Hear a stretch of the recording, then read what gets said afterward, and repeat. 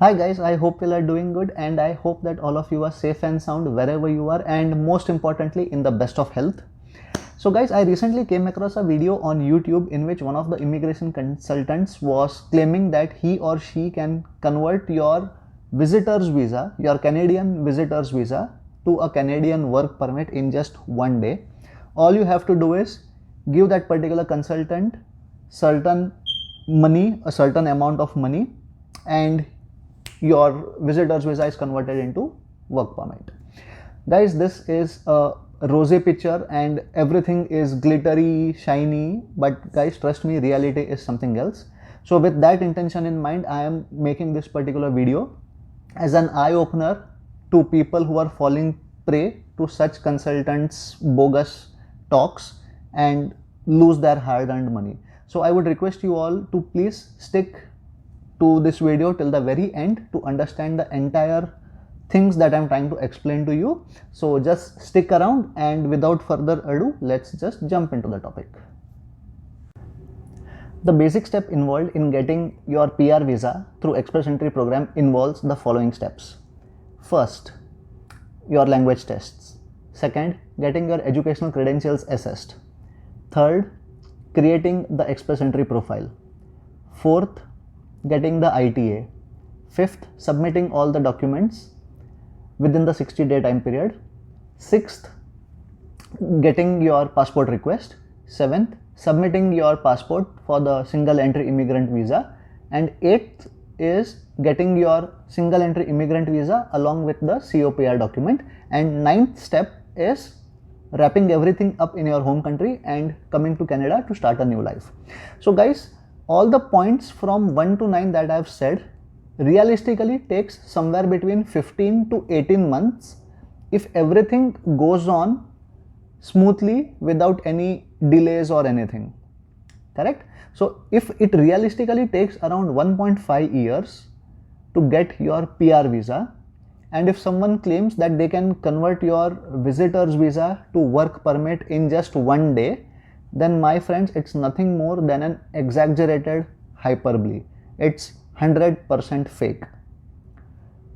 Any government work which involves a lot of processing, lot of background checks cannot be done in just one single day. Correct? So that is more than enough that it is nothing more than a fake and it should not be done. So my dear friends, let's talk about visitor's visa first. Visitor's visa is also known as a temporary resident visa, which is given to a foreign national who wishes to come to Canada either to meet their family or friends for travel and sightseeing purposes, or maybe for attending some business meetings or seminars in Canada.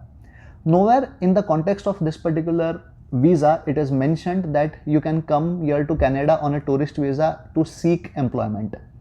There would have been people in the past who would have done so, worked for 6 months and maybe went back to their home country. But guys, it is illegal and you are not supposed to do that. Also, there are many people who would have claimed that in the past they knew someone or they themselves had got their visitor's visa, came to Canada and got it converted to work permit. But guys, they have done it does not mean that you also have to do it. They may not have got caught, but there is an equal chance that you may get caught. And once you get caught, you may be blacklisted from entering Canada for life. So that all things you should not be getting into. So please respect the limit set by the visitor's visa and use it for sightseeing and meeting for family and friends only, and not into seeking employment. Also guys, please note that Government of Canada and CIC do not encourage or advertise the possibility of converting visitor's visa into work permit. So if you intend to come to Canada to seek employment, then you must apply for work permit through an employer, or you can apply for PR. Do not have that notion in your mind that you will just apply for a visitor's visa, come to Canada and seek employment. Guys, that's not going to happen. So now let's talk from an employer point of view and understand employer's perspective.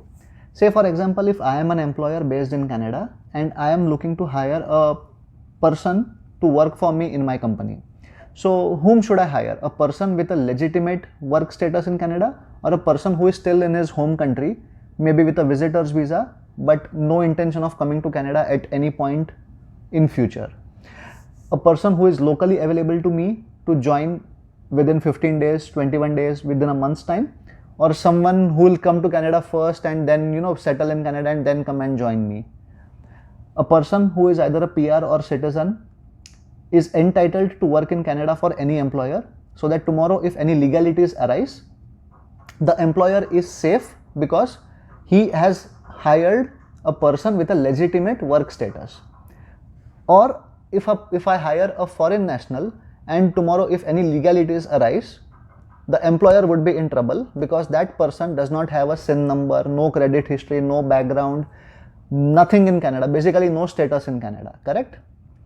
But still, if I want to go and hire a foreign national, I cannot simply roll out an offer, call the foreign national to Canada and make him work for me. No, that's not gonna happen. As an employer, I have to apply for LMIA, which is Labor Market Impact Assessment. So for those of my friends who don't know what LMIA is, I have made a detailed video on it, the link of which will be given in the description box, or it will be available somewhere on the top. But just to give you a gist, LMIA is a positive LMIA report is something that entitles me as an employer to go ahead and hire a foreign national because there is no one available in Canada with that skill set to do the job which I am needing in my company. Getting my point?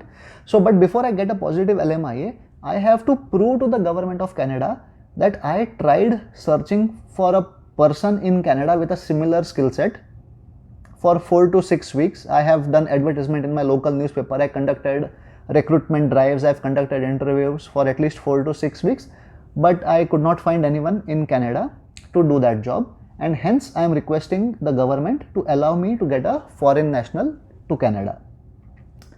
So on and all, this particular process is called as LMIA, and the process of LMIA is to be done by the employer, initiated by the employer, and the fees of it is 1000 Canadian dollars.